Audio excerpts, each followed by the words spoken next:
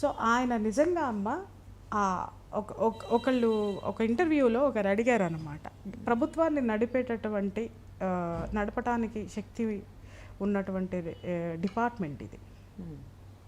ఇప్పుడు రేపొద్దున మీరు దీనికి మద్దతు ఇస్తున్నారు, ఈ రెవెన్యూ లేకపోతే ఆదాయం ఎలా వస్తుంది ప్రభుత్వానికి?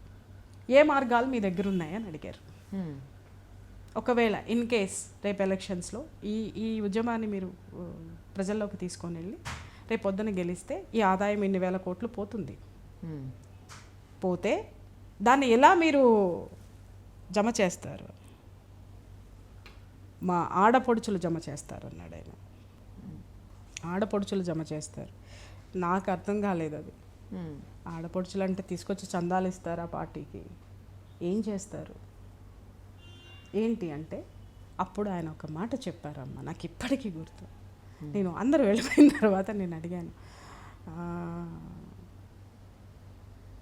నేను ఒక మాట అడుగుతానండి మిమ్మల్ని అంటే, ఏమి? మహిళలు ఆడపడుచులు ప్రభుత్వం నడుపుతారని అన్నారు కదా, అంటే ప్రభుత్వం నడపటానికి ఆడపడుచుల అండ మాకు ఉంటుందని మీరు మాట్లాడిన దానికి అర్థం ఏంటి అని అనగానే, మీకేం అర్థమైంది? నాకంత అర్థం చేసుకునేంత పెద్దదాన్ని అయితే నేను కాదు, మీరు నన్ను క్షమించాలి అనంటే ఆయన అప్పుడు అన్నారు, ఇవన్నీ దేనికి ఉపయోగిస్తున్నాం మేము? సంక్షేమ పథకాల కోసం ఉపయోగిస్తున్నాము. ఒక ఆడబిడ్డ తనకు తానుగా ఆర్థికంగా నిలబడగలదు రేపటి నుంచి.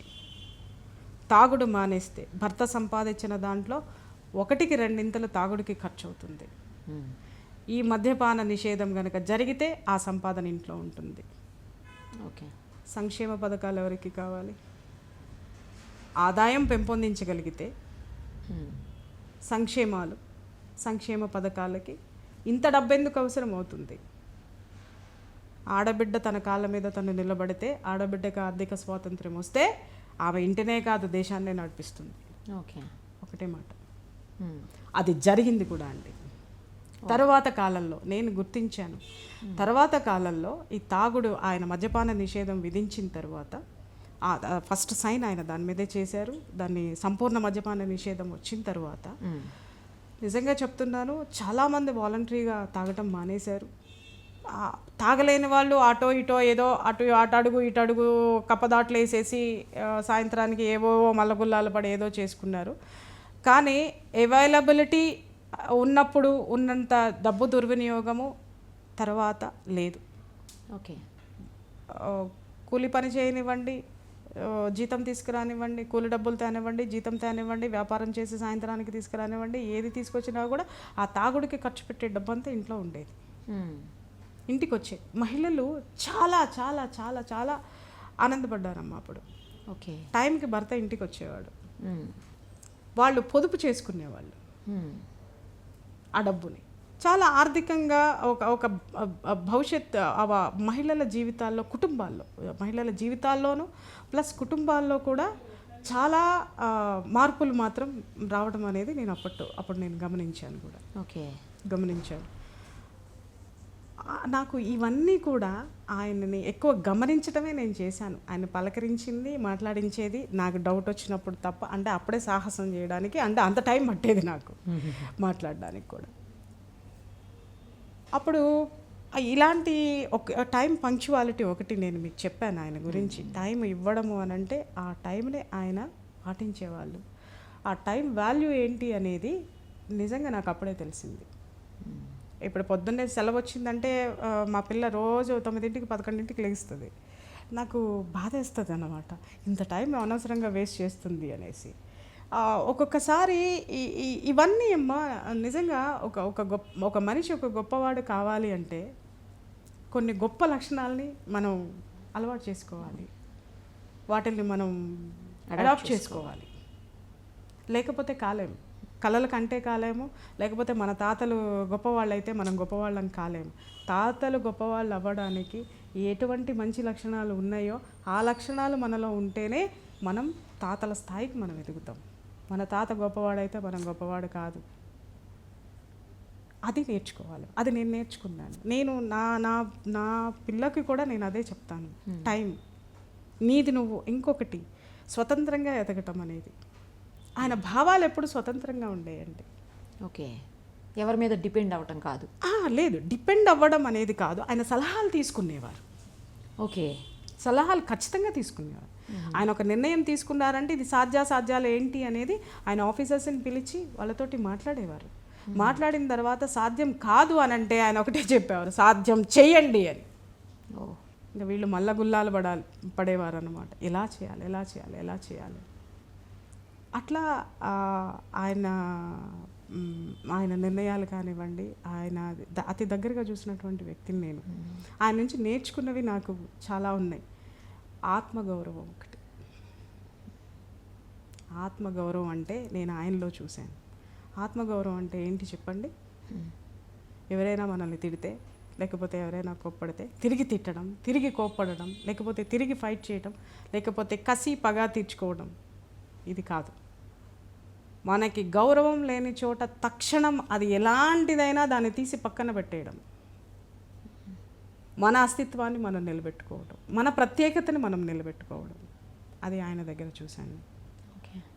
ఎవరైనా తెలుగువాడిని తిట్టడం కానీ, తెలుగు జాతిని కించపరచడం కానీ, పేదవాడిని ఎప్పుడూ కూడా ఆయన ఆలోచనలన్నీ కూడా కార్యకర్తలు వచ్చారంటేనండి నిజంగా నేను కొన్ని చెప్తున్నాను కదా, తెల్లారుజామున 3 గంటలకి, తర్వాత రాత్రి 10 గంటలకి, రాత్రి 11 గంటలకి. నిజంగా ఎవరైనా గొప్పవాళ్ళు వస్తే ఆయన అంత ఇంట్రెస్ట్ చూపించేవారు కాదేమో, కానీ కార్యకర్తలు అంటే ఆయనలో ఎక్కడ లేనటువంటి ఉత్సాహం వచ్చేసేది. ఇమ్మీడియట్గా వాళ్ళతోటి కలిసి వాళ్ళని పిలిపించేవాళ్ళు, వాళ్ళతో మాట్లాడేవాళ్ళు, లేదంటే క్రౌడ్ ఉంటే బయటికి వెళ్ళి ఆయన మాట్లాడి వచ్చేవాళ్ళు. వాళ్ళని ప్రతిదీ అండి ఆయన ఎంత బాగా వినేవారంటే, వారు చెప్పినవన్నీ కూడా ఎంత ఓర్పుగా, ఎంత ఓపికగా వినేవాళ్ళంటే. ఒకటికి 2 సార్లు ఆయన హెల్త్ అప్పుడు బాగా డిస్టర్బ్ అయ్యింది హెల్త్. పక్కన ఉన్న వాళ్ళు హెచ్చరించేవాళ్ళు. ఆయన పిఏ మోహన్ గారు కానీ వీళ్ళు కానీ వాళ్ళంతా చెప్తూ ఉండేవారు, సార్ ఇప్పుడు ఈ టైంలో ఎందుకండి సార్, మేము ఏదో ఒకటి చెప్తాం. వారు అక్కడ అలా కష్టపడితేనే మనం ఈరోజు ఇక్కడ ఇలా ఉన్నామండి. వారు మనకి కావాలి, వారు లేకపోతే మనం లేం. అందుకే ఆయన అన్నాడు, సమాజమే దేవాలయం, ప్రజలే దేవుళ్ళు.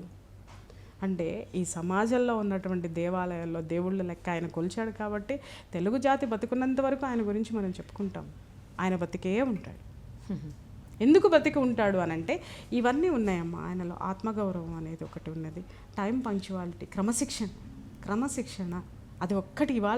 ఇవాళ నేను ఎదుగుతున్న పొలిటీషియన్స్ని, యూత్కి నేను చెప్తాను, ఆయనలో ఉన్న క్రమశిక్షణని నేర్చుకోండి. మన దౌర్జన్యము ఇవాళ మనకి కొద్ది రోజులు మాత్రమే మనల్ని నిలబడుతుందేమో, కానీ మనం ఒక క్రమశిక్షణ కలిగినటువంటి లీడర్గా ఎదిగితే మనల్ని వెతికి తీసుకొచ్చి కూర్చోబెడతారు ఖచ్చితంగా. ఇవాళ ఒక చిన్న విషయం, ఎందుకంటే మీరు టాపిక్ రామారావు గారి గురించి మాట్లాడుతున్నారు కాబట్టి తర్వాత కూడా ఒకటే చిన్న విషయం నేను మాట్లాడతాను, మళ్ళీ టాపిక్ డైవర్ట్. చంద్రబాబు నాయుడు గారు చాలా హార్డ్ వర్కర్, ఆయన చాలా కష్టపడతారు, అభివృద్ధి గురించి చాలా ఆలోచిస్తారు ఆయన. కాబట్టి మొన్న మళ్ళీ పిలిచి ఆయనకి ఓటేయటం జరిగింది. ఎందుకు అంటే ఆయనలో ఉన్న ఆ లక్షణం, గొప్ప లక్షణం ఉంది కాబట్టి అది మనం తీసుకోవాలి, దాన్ని ఫాలో అవ్వాలి. అంతేగాని ఇవాళ ఎలా అయిపోయిందంటే ఎన్నికలు అంటే, ఒకప్పుడు ఎన్నికల్లో ప్రజాస్వామ్యం పోయింది, గెలుపోటములు పోయాయి, జీవన్మరణ సమస్య అయిపోయింది. వాళ్ళ ఎందుకు వచ్చింది ఇది అంటే మనం నాయకులు అన్న సంగతి మర్చిపోయాం. మనలో నాయకత్వ లక్షణాలని మనం వదిలిపెట్టేశాం. జనం అనేది మర్చిపోయాం, మనం అనేది ఒకటి మాత్రమే మనం గుర్తుపెట్టుకుంటున్నాం. ఆయనే జనమే ఆయనగా వెలిగాడు, ఆయన జనంలోనే ఉన్నాడు ఆయన. కాబట్టే ఆయన యుగ పురుషుడయ్యాడు, లెజెండ్ అయ్యాడు. ఒక చిన్న ఎగ్జాంపుల్, అవినీతి. ఒక మున్సిపల్లో ఒక ఆఫీసర్ని, మున్సిపల్ డిపార్ట్మెంట్లో ఒక ఆఫీసర్ని సస్పెండ్ చేశారు అవినీతి ఆరోపణలతోటి. ఓకే, పాపం ఆయన చాలా బాధపడ్డారు. చాలా అంటే ఉద్యోగం సస్పెండ్ చేయడం అంటే అది అవమానము ప్లస్ అవినీతి ఆరోపణలతోటి పోవటము. సో నాలాంటి వాళ్ళు ఆయనకి సలహా ఇచ్చారు, అంటే నేను కాదు, అంత దాన్ని కాదు, నేను నాకు తెలిసిన విషయం పెద్దవాళ్ళు మా సీనియర్స్ జర్నలిస్టులు, బాబు నువ్వు పోకు ఆయన దగ్గరికి, మీ భార్య ఉన్నారు కదా ఆవిడ్ని వెళ్ళి ఆయన కాళ్ళ మీద పడిపోమని.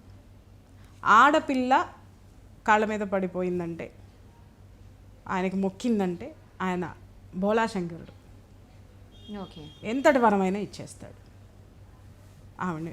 ఆవిడ్ని మాత్రమే పంపించు. మీరు పంపించండి, రిక్వెస్ట్ చేయించండి. షివెంట్ ఆవిడ వస్తుంది అనేది నాకు సమాచారం ఉంది.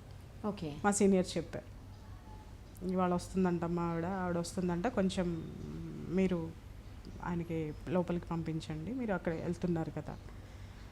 మార్నింగ్ అవర్స్లో వచ్చారు ఆవిడ, 7 అరౌండ్ 7 8 అవుతుంది అనుకుంటా, 8:30. సో నేను లోపలికి పంపించాను. ఆవిడ లిటరల్లీ ఆయనకి నమస్కారం పెట్టేసేసి కాళ్ళకి నమస్కారం పెట్టుకొని ఏడ్చేశారు ఆవిడ. అన్నా ఈ ఒక్కసారికి క్షమించండి, మీరు ఇట్లా జాబు పోగొట్టుకోవడం అవమానంగా ఉంది,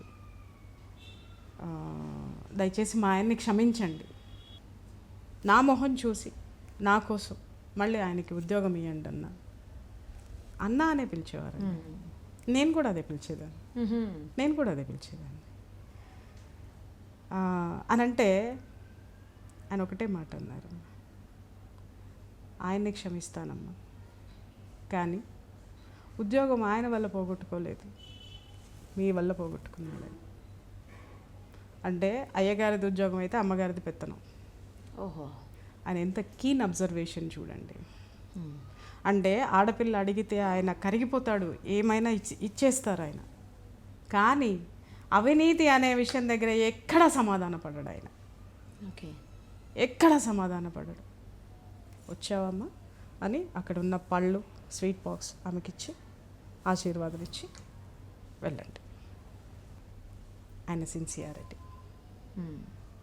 అంటే అవినీతిని అస్సలు సహించనటువంటి వ్యక్తి దాన్ని ఎంత సున్నితంగా డీల్ చేసినటువంటి విధానాన్ని నేను అక్కడ సింపుల్గా ఒకటే మాట అన్నారు, ఆయన నేను క్షమించేశానమ్మా, ఉద్యోగం ఆయన వల్ల పోలేదు, నీ వల్లనే పోయింది, నా మొహం చూసి ఇవ్వండి అన్నా, నన్ను చూసి ఇవ్వండి అన్నా అని ఇలా రిక్వెస్ట్ చేసింది ఆవిడ, నీ వల్లే పోయిందమ్మా ఉద్యోగం. అంత రాక్షసుడై అవినీతి అంటే సహించినటువంటి గొప్ప ప్రజానాయకుడు ముఖ్యమంత్రి నేను చూశాను. Please subscribe to Mirror TV. Hi guys, Nanumi Ruksha Dhillon. Please subscribe to Mirror TV. Thank you. Hi, this is Alu Sirish. You are watching Mirror TV and subscribe చేయడానికి కింద subscribe button నొక్కండి. Mirror TV లో వచ్చే videos చూస్తుండండి.